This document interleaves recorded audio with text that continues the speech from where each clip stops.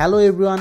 So এতক্ষণ পর্যন্ত আমাদের ড্যাপের মধ্যে আমরা হচ্ছে কন্ট্রাক্টটা ফার্স্ট অফ অল ডিজাইন করেছি। কন্ট্রাক্টটা ডিজাইন করার সাথে সাথে কন্ট্রাক্টটার মধ্যে যে বিভিন্ন ফাংশনালিটিগুলো আছে ওগুলো বুঝেছি, এবং আমরা লাস্ট ভিডিওতে এই যে আমার সামনে যে ফ্রন্ট এন্ডটা আছে এইটা আমরা ডিজাইন করেছি হচ্ছে HTML দিয়ে, পিওর HTML দিয়ে। এবং এখানে দেখুন বিভিন্ন বাটন আকারে শো করতেছে, যেগুলো হচ্ছে এখানে ক্লিক দিলে কিন্তু কিছু হচ্ছে না, বাট রিমিক্স আইডিতে কিন্তু ওরকম হচ্ছে বাটন আকারে যখন শো করতো, ক্লিক দেওয়ার সাথে সাথে ওই পার্টিকুলার ফাংশনটা কিন্তু এক্সিকিউট হয়ে যেত। বাট এইখানে কিন্তু ওই জিনিসটা হচ্ছে না। এখন ওইটা কেন হচ্ছে না, রাইট? সো ওই জিনিসটা বুঝতে হলে আমাদের হোল পিকচারটা ভালোভাবে বুঝতে হবে।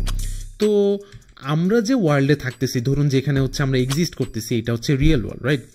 এবং আরেকটা ওয়ার্ল্ড এক্সিস্ট করে, ধরুন ওইটার নাম হচ্ছে ব্লকচেন ওয়ার্ল্ড। এবং এই ব্লকচেন ওয়ার্ল্ড মানে বুঝাচ্ছি কি, যেটা নিয়ে হচ্ছে আমরা লাস্ট ভিডিওতে ডিসকাশন করেছিলাম, যে মানে যে ব্যাকএন্ড যে অ্যানালজিটা ফলো করে ব্লকচেনটা, যেখানে হচ্ছে সলিডিটি ল্যাঙ্গুয়েজ বা Rust language, Vyper language use করে হচ্ছে কেমনে ব্লকচেনের সাথে হচ্ছে ব্যাক এন্ড ফোর্থ কমিউনিকেশন করতেছে এই ল্যাঙ্গুয়েজের হেল্পের মাধ্যমে।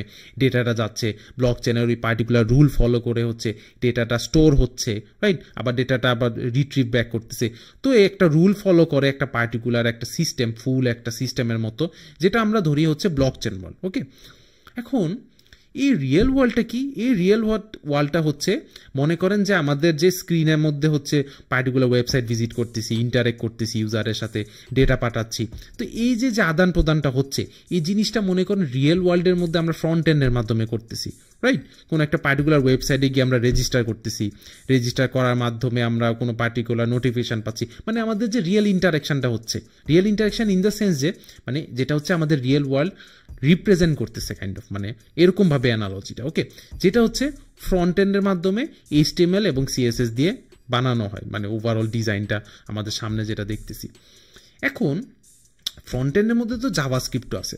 এখন কোয়েশ্চেন হচ্ছে এই জাভাস্ক্রিপ্টটা তাহলে কি রোল প্লে করতেছে? তো এই যে আমাদের যে ফ্রন্ট এন্ডটা দেখলেন না, এটা কিন্তু ক্লিক দেওয়ার সাথে সাথে কিছু হচ্ছিল না, রাইট? কিছু হচ্ছিল না, বাটনটা এক্সিস্ট করতেছিল, বাট বাটনটা ক্লিক দেওয়ার সাথে সাথে কিন্তু কিছুই হচ্ছিল না। তো কিছু তো একটা হওয়া লাগবে। একটা পার্টিকুলার আপনি যখন রেজিস্টার করতে চান, রেজিস্টার করার সময় আপনি যখন ফর্মের মধ্যে আপনার সব মানে ডেটাগুলো ইনপুট করেন, ইনপুট করার পর যখন রেজিস্টার করেন, তো তখন তো দেখেন যে রেজিস্টার হয়ে যায়। তো ওই জিনিসটা যে কেমনে হয়, বাট আমাদের ক্ষেত্রে জিনিসটা হচ্ছে না যখন বাটনটা ক্লিক দেওয়ার সাথে সাথে। এই জিনিসটারই দায়িত্বটা নেয় হচ্ছে এই জাভাস্ক্রিপ্ট। ওকে, এই জাভাস্ক্রিপ্ট হচ্ছে আমাদের কিন্তু এখনো ইমপ্লিমেন্ট করা হয়নি, তো অবভিয়াসলি কাজ করবে না, রাইট? তো এই জাভাস্ক্রিপ্ট কি করে? এই ডেটাগুলোকে হ্যান্ডেল করে। মানে আমি পার্টিকুলার মনে করেন কোনো ডেটা পাঠাচ্ছি, যে ডেটাটা হচ্ছে ডাইনামিক্যালি মনে করেন, মানে এটা বিভিন্ন হইতে পারে। এখন জাভাস্ক্রিপ্ট হচ্ছে ওই দায়িত্বটা নিয়ে নেয়, ওই ডেটাগুলো হ্যান্ডেল করে, মানে রেডি করতেছে পাঠানোর জন্য। মানে পাঠাবে তো কোনো একটা পার্টিকুলার জায়গায় যেখানে হচ্ছে ডেটাটা স্টোর হবে, আবার ডেটাটা নিয়ে আসবো যখন মনে করেন কোনো একটা পার্টিকুলার রিকোয়েস্ট করবো, রাইট? তো এই ফুল দায়িত্বটা হচ্ছে জাভাস্ক্রিপ্ট নিয়ে নিতেছে, এই ডেটা ফ্লোয়ের এই জিনিসটা। ওকে, যেটার মাধ্যমে হচ্ছে একটা ওই যে আমরা যে ডাইনামিক ওয়েবসাইট বলি, ডাইনামিক যে ক্যারেক্টারিস্টিক্স, এইটা নিয়ে আসতেছে এই জাভাস্ক্রিপ্ট।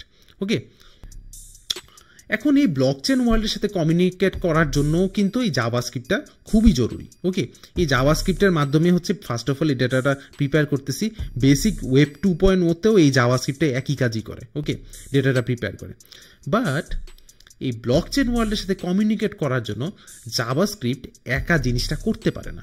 হ্যাঁ, ডেটাটা রেডি করতেছে, but JavaScript alone is not enough to kind of send the data to the blockchain world. Okay, মানে এক্সট্রা অ্যাসিস্ট্যান্স লাগবে এই জাভাস্ক্রিপ্টের জন্য।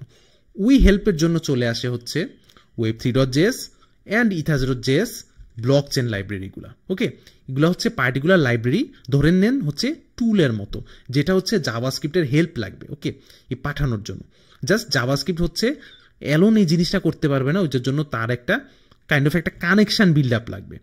এই কানেকশন বিল্ড আপ বা এই ব্রিজটা বিল্ড আপ করে দেয় হচ্ছে এই লাইব্রেরিগুলো।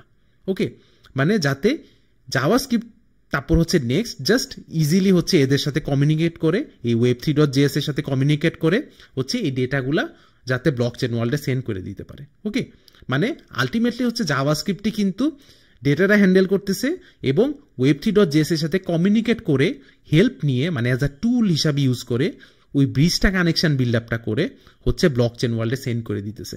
জাস্ট জাভাস্ক্রিপ্টের একটা এক্সট্রা হ্যান্ড লাগতেছে এই লাইব্রেরির মাধ্যমে। জিনিসটা হচ্ছে এরকমভাবে হচ্ছে। ওকে, যেটার কারণে আমাদের কিন্তু এই হোল জিনিসটাই কিন্তু মিসিং আমাদের স্টিল, আমরা কিন্তু এখনো বানাইনি রাইট ড্যাপে। এটার কারণে অবভিয়াসলি আমাদের কাজ করবে না ওই পার্টিকুলার বাটন ক্লিক করলে, এবং এই কারণেই রিমিক্স আইডিতে কিন্তু কাজ করতেছিল, কারণ তাদেরটা বানানো আছে, অবভিয়াসলি বানানো আছে, ওই লজিক ক্রিয়েট করা আছে। তো এই লজিকটাই হচ্ছে আমরা নেক্সট ভিডিওতে ইমপ্লিমেন্ট করব, ইমপ্লিমেন্ট করে হচ্ছে জিনিসগুলো বোঝার ট্রাই করব, এবং এই ভিডিওর পারপাসই ছিল এইটা, যাতে আমরা বুঝতে পারি আচ্ছা জাভাস্ক্রিপ্ট হচ্ছে মানে জাভাস্ক্রিপ্ট হচ্ছে জিনিসটা ফার্স্ট অফ অল ডেটাটা প্রিপেয়ার করতেছে। ওকে, যখন আমরা জিনিসটা কোডটা লিখবো, কোডটা যাতে এটার সাথে কানেকশন বিল্ড আপ করে মেক সেন্স করে হচ্ছে আমরা ড্যাপটা বানাতে পারি, রাইট? আদারওয়াইজ আমরা পুরো মানে জিনিসটা ক্লুলেস থাকতাম যে এখানে web3.js লাইব্রেরিটা কেন আসতেছে, এই জিনিসটা তো আমাদের বোঝা লাগবে। তো ওইটাই হচ্ছে থিওরিটিক্যাল অ্যানালাইসিস, হচ্ছে থিওরিটিক্যাল ডিসকাশনটা ছিল হচ্ছে মানে এই ভিডিওর যে গোলটা ওইটা ছিল, যাতে আমরা নেক্সট ভিডিওতে ওই জাভাস্ক্রিপ্ট ইউটিলাইজ করে যে ইমপ্লিমেন্টটা করবো ওইটা যাতে আমরা মেক সেন্স করতে পারে, আমাদের বুঝতে পারি। ওকে, আই গেস আপনারা বুঝতে পারছেন ওভারঅল প্যাটার্নটা।